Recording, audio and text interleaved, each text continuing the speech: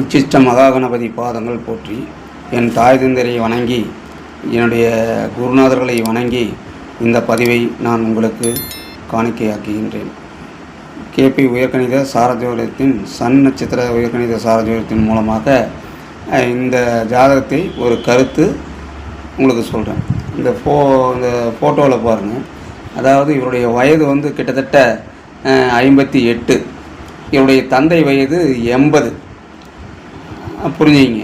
அதே மாதிரி அவர் தந்தைக்கு 80 வயதாக இருந்தாலும் கூட இவர் இன்னும் தந்தைக்கு பயந்துக்கிறார். தந்தை அடிக்கிறதுக்கு வராரு, கண்ட மாதிரி பேசுகிறாரு, இந்த மாதிரிலாம் இருக்குது. அதற்கு என்ன காரணம் அப்படின்னு நம்ம முதல்ல தெரிஞ்சிட்டோம்னா, இந்த ஜாதகத்தை நல்லா ஒத்து கவனித்து பார்த்தீங்களா, சூரியன் 8ஆம் பாவத்தை ஆப்ரேட் பண்ணுதுங்க. அது சூரியன் என்ற குறிகாட்டிகள்னு சொல்லக்கூடிய பாவம் 8ஆம் பாவத்தை தொடர்புள்ளது. அப்போ இவர் தந்தை மகனுக்கு உறவு உண்டான விஷயம் கண்டிப்பாக சிறப்பு இருக்காது அப்படிங்கிறத நாம் எடுத்துக்கணும்.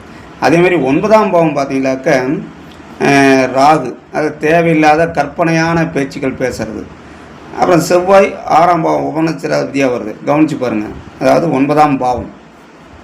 அப்போது ஏதோ ஒரு வகையில் தந்தை மகன் ஒட்டுக்காக இருப்பாங்க, ஆனால் சண்டை போட்டுக்கிட்டே இருப்பாங்க. இந்த மாதிரி தான் இவருடைய ஜாதக பலனில் இருக்குது. குறிகாட்டிகள் அப்படிங்கிற விஷயத்தில் நீங்கள் தெளிவாக பார்க்கணுங்கிறதுக்கோசரம் இதை நான் சொல்ல வரேன். அடுத்த கட்டம் அப்படின்னு பார்த்தீங்கன்னாக்க, இவருக்கு பல்லு பூரா போயிடுச்சு.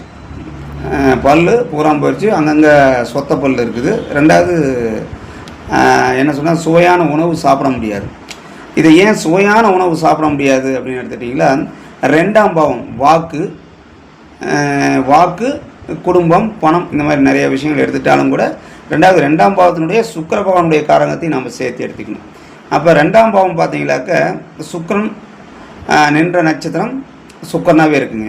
அதனுடைய எஃபெக்ட்லிங் அப்படின்னு பார்க்கல கடைசியாக 2-8 தொடர்பு வருது. இந்த 2-8 அப்படின்னா எதுக்கெல்லாம் எடுத்துக்கலாம் அப்படின்னு எடுத்துட்டிங்களா, வாய் பேசுவதன் மூலம் வரக்கூடிய பிரச்சனைகள், அதை ஒரு லிஸ்ட் எடுத்துக்கலாங்க. அது மட்டும் இல்லாமல் இவர் நல்லாவே இருப்பார், திடீர்னு சுருக்குன்னு பேசுவார். அதாவது யாரை பேசுவார், தன்னுடைய மனைவியை பேசுவதற்கு வாய்ப்பு இருக்கும். மனைவி அல்லது பார்ட்னர், லைஃப் பார்ட்னர், இவங்களை பேசுகிறதுக்கு வாய்ப்பு கண்டிப்பாக இருக்கும். அப்போ என்னென்னு பார்த்தீங்கன்னா, அடிக்கடி சண்டை போட்டுக்குவாங்க. ஆனால் பிரிஞ்சிருப்பாங்களான்னு பார்த்தீங்களா, இல்லை. அதை பற்றி பின்னால் உங்களுக்கு 7ஆம் பாவத்தை எடுத்து சொல்ல வரேன். இப்போ இந்த பல்லெல்லாம் போயிடுது. சுவையான உணவை சுவைச்சி சாப்பிட முடியாது. அதுக்கு என்ன காரணம்னு பார்த்தீங்கன்னாக்க, சுவையான உணவு அப்படின்னு எடுத்துக்குள்ள சுக்கரன் காரணமாக இருக்கிறதுனால சுவையான உணவு எடுத்துக்கிறோம்.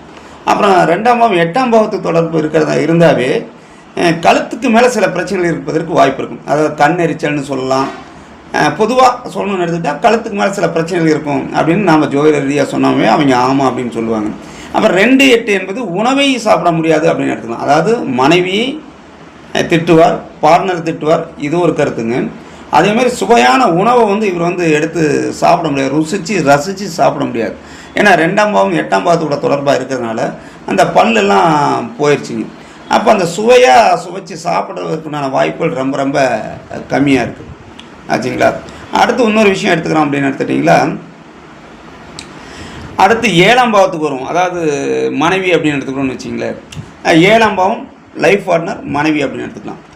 அப்போ 7ஆம் பாவம் பார்த்தீங்கன்னாக்கா சுக்கிரன் உபநட்சத்திராதிபதியே வருது. சுக்கிரனுடைய நட்சத்திரத்திலே நிற்குதுங்க. எஃபெக்ட்லிங் அப்படின்னு சொல்லக்கூடிய லாஸ்ட் ஃபைனல் டச் அப்படின்னு எடுத்துக்குள்ள அது 2-8 கூட வருது. இப்போ இங்கே என்ன பிரச்சனை வரும்னு பார்த்தீங்கன்னாக்கா, உணவு சாப்பிடும்போது சண்டை போட்டுக்குவாங்க. அப்புறம் கடைசியாக இரவில் சமாதானம் ஆயிடுவாங்க. இதுக்கு என்ன காரணம் அப்படின்னு பார்த்தீங்கன்னா, 2 என்பது இவனுடைய ஜாதகத்திலேருந்து மனைவிக்கு எடுக்கும்பொழுது அது 8ஆம் பாவமாக மாறுங்க. அப்போ ஏதோ ஒரு விஷயத்தில் வாய் பேசுவதன் மூலம் வரக்கூடிய பிரச்சனை, எங்கள் மனைவிக்கிட்ட பேசினா இவர் பேசினா அந்தம்மா காதில் வாங்காது, அந்தம்மா பேசினாலும் இவர் காதில் வாங்க மாட்டார். ஏதோ ஒரு வகையில் பிரச்சனை இருக்கும். ஆனால் அதே சமயத்தில் 7ஆம் பாவம் 2-8ஆம் பாவத்தோட தொடர்பு இருந்தால் நல்லா புரிஞ்சுக்கிங்க. 7ஆம் பாவம் 2-8 பாவத்துடன் தொடர்பு இருக்கும் பட்சத்தில் கணவன் மனைவி சிறப்பு இருக்காது. இதுதான் கேபி ஜோதிடத்தினுடைய ரூலிங் பிளான்ட். ஆனால் இதில் சற்று கொஞ்சம் மாறுபடும். என்ன காரணம் அப்படின்னா, 2-7 2ஆம் பாவம் என்பது வாய் பேசுவதன் மூலம் வரக்கூடிய சண்டை. 7ஆம் பாவம் என்பது இதனுடைய கிரகம் சுக்கரனாக இருக்கிறதுனால ஆசை, கவர்ச்சி, ஆசைக்கு இணங்குதல். சுக்கரனாவே நம்ம இன உணர்வை தூண்டக்கூடிய கிரகம் தானே. அந்த இன உணர்வை இவங்களால் அடக்க முடியாது. சண்டை போட்டுக்குவாங்க, ரொம்ப கோபமாக சண்டை போட்டுக்குவாங்க. நீ வர வேண்டாம், நான் வர வேண்டாம், அப்படியா அப்படின்னு சண்டையெல்லாம் கூட போட்டுக்குவாங்க. ஆனால் இரவில் சமாதானம் ஆயிடுவாங்க. காரணம் சுக்கிரன் வந்து கவர்ச்சிக்காரகன். அது 7ஆம் பாவத்துடன் தொடர்பு இருக்கிறதுனால என்னதான் சண்டை போட்டோம், அதாவது சாப்பிடும்போது சண்டை, இரவில் சந்தோஷமாயிருவாங்க, அடுத்த நாள் காலையில் நார்மலாக இருப்பாங்க, மறுபடியும் சண்டை போட்டுக்குவாங்க. இதுதான் இந்த ஜாதகத்துடைய ரூல். அதாவது இதை ஏன் உங்களுக்கு சொல்ல வரேன்னா, இந்த ஜாதகத்தில் இதே மாதிரி லக்ன பாவம் பார்த்தீங்களா, புதன் சந்திரன் 7ஆம் பாவ தொடர்பு இருக்குது. அப்போ பார்த்தீங்களா இந்த சந்திரன் எப்பொழுதுமே ஒரு உபநட்சத்திரமாக வருதுன்னு வச்சிங்களேன். எதுக்கு உபநட்சத்திரமாக வந்தாலும் அவங்க வந்து நிலையில்லாத, அதாவது ஒரு விஷயத்தை நிரந்தரமாக உறுதியாக செயல்பட மாட்டாங்க. இந்த அடிக்கடி புத்தி மாறுதுன்னு சொல்கிறாங்க இல்லையா, அதுக்கு நம்மளுக்கு பொய் பேசணுங்கிற எண்ணம் வராது. ஒரு விஷயத்தை ஒரு உறுதியான முடிவு எப்பொழுதுமே எடுக்க மாட்டாங்க. இப்போ இவருக்கு வந்து அதாவது லக்னம் நின்ற நட்சத்திரம் புதனாக இருக்குதுங்க, அது நின்ற நட்சத்திரம் சந்திரனாக இருக்குதுங்க. அப்போ சந்திரன் பார்த்தீங்களாக்க 7ஆம் பாவ சப்புக்கும் சேர்ந்து வந்துடுது. அதாவது இவருடைய மனைவி அல்லது இவர் 2 பேருமே எப்படின்னு கேட்டிங்களாக்க ஒரு உறுதியான முடிவு எடுக்க மாட்டாங்க. அதனால் சின்ன சின்ன பிரச்சனைகள் வரும், இருந்தாலும் சேர்ந்துக்குவாங்க. ஏன்னா சந்திரனும் 7ஆம் பாவ தொடர்பு இருக்குதுங்க, சுக்கிரனும் 7ஆம் பாவ தொடர்பு இருக்குது. நல்லா கவனிச்சிங்க. அதே மாதிரி இவங்களுடைய லைஃப்பில் என்றைக்கே இருந்தாலும் எதிர்பாராமல் ஒரு பெரிய மாற்றம் கிடைக்கிறதுக்கு வாய்ப்புகள் இருக்குங்க. ஏன்னா 8ஆம் பாவம் பார்த்தீங்களாக்க, அதாவது 8ஆம் பாவம் என்பது நீங்கள் அந்த நான் போட்டுக்கிற ஃபோட்டோவை நல்லா கிளியராக ஆராய்ந்து பார்த்துக்கிட்டு வந்தீங்கன்னா சரி. 8ஆம் பாவம் என்பது 8ஆம் பாவம் சூரியனாக இருக்குதுங்க, உபநட்சத்திராதிபதி. அது நின்ற நட்சத்திரம் உபநட்சத்திராதிபதினு சொல்லக்கூடிய நட்சத்திரம் வந்து 2, 7. புதன் 1, 4, 10 ஆகிய பாவங்களை தொடர்பு கொள்ளுது. இவர் பார்த்தீங்களா என்றைக்கு இருந்தாலும் எதிர்பாராத நிலையில் ஒரு பெரிய நிலைக்கு வருவதற்கு வாய்ப்புகள் இருக்கும். எப்படிலாம் அப்படின்னு பார்த்தீங்கன்னா, அது யாருடைய அனுமதியும் இல்லாமல் இவருடைய சொந்த முயற்சியிலேயே ஒரு வியாபாரமோ அல்லது உற்பத்தி சார்ந்த தொழில், அதாவது இவரே ஏதோ ஒரு சின்ன பிஸ்னஸ் ஆரம்பிக்கிறாரு, அதன் மூலம் எதிர்பார்க்காமல் வரக்கூடிய லாபம். அதாவது 1, 4, 7, 10 என்பது அதிர்ஷ்ட கேந்திரம். இது எல்லா ஜோதிடர்களுக்குமே கண்டிப்பாக தெரியும். இது 8ஆம் பாவத்துக்குள்ளே வர்றது தான் விஷயமே. வேறு பாவ தொடர்பாக இருந்தால் அது கிடைக்காமல் போகணும் உறுதியாக சொல்ல முடியாது. ஆனால் 8ஆம் பாவத்தில் எப்படி கெட்ட சம்பவங்கள் நடக்குது அப்படின்னு நம்ம சொல்கிறோமோ, அதே மாதிரி மிகவும் எதிர்பாராமல் நடக்கக்கூடிய சம்பவங்கள் என்ன, தன்னுடைய சொந்த முயற்சியின் மூலம் 1ஆம் பாவம், 4ஆம் பாவம் நிரந்தரமான உற்பத்தி சார்ந்த அல்லது சொந்த இடத்தில், அடுத்தது 7ஆம் பாவம் சமூக அந்தஸ்துடன், மனைவியின் சம்மதத்துடன் அல்லது சமூக தொடர்புடன், அடுத்தது 10ஆம் பாவம் இறந்த கௌரவத்தை மீட்பது. இதுவரைக்கும் இவரை யாரும் மதிக்கலனா கூட எதிர்பாராமல் இவங்க வந்து மதிக்கிறதுக்குண்டான வாய்ப்பு கண்டிப்பாக இருக்குது.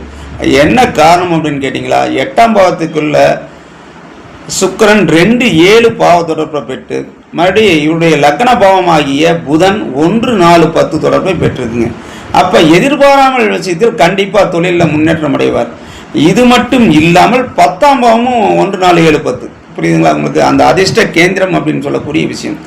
இதை விட இன்னும் ஒரு சில விஷயம் என்ன, இவருடைய லக்ன பாவம் 11ஆம் பாவத்தை தொடர்பு கொள்ளுதுங்க.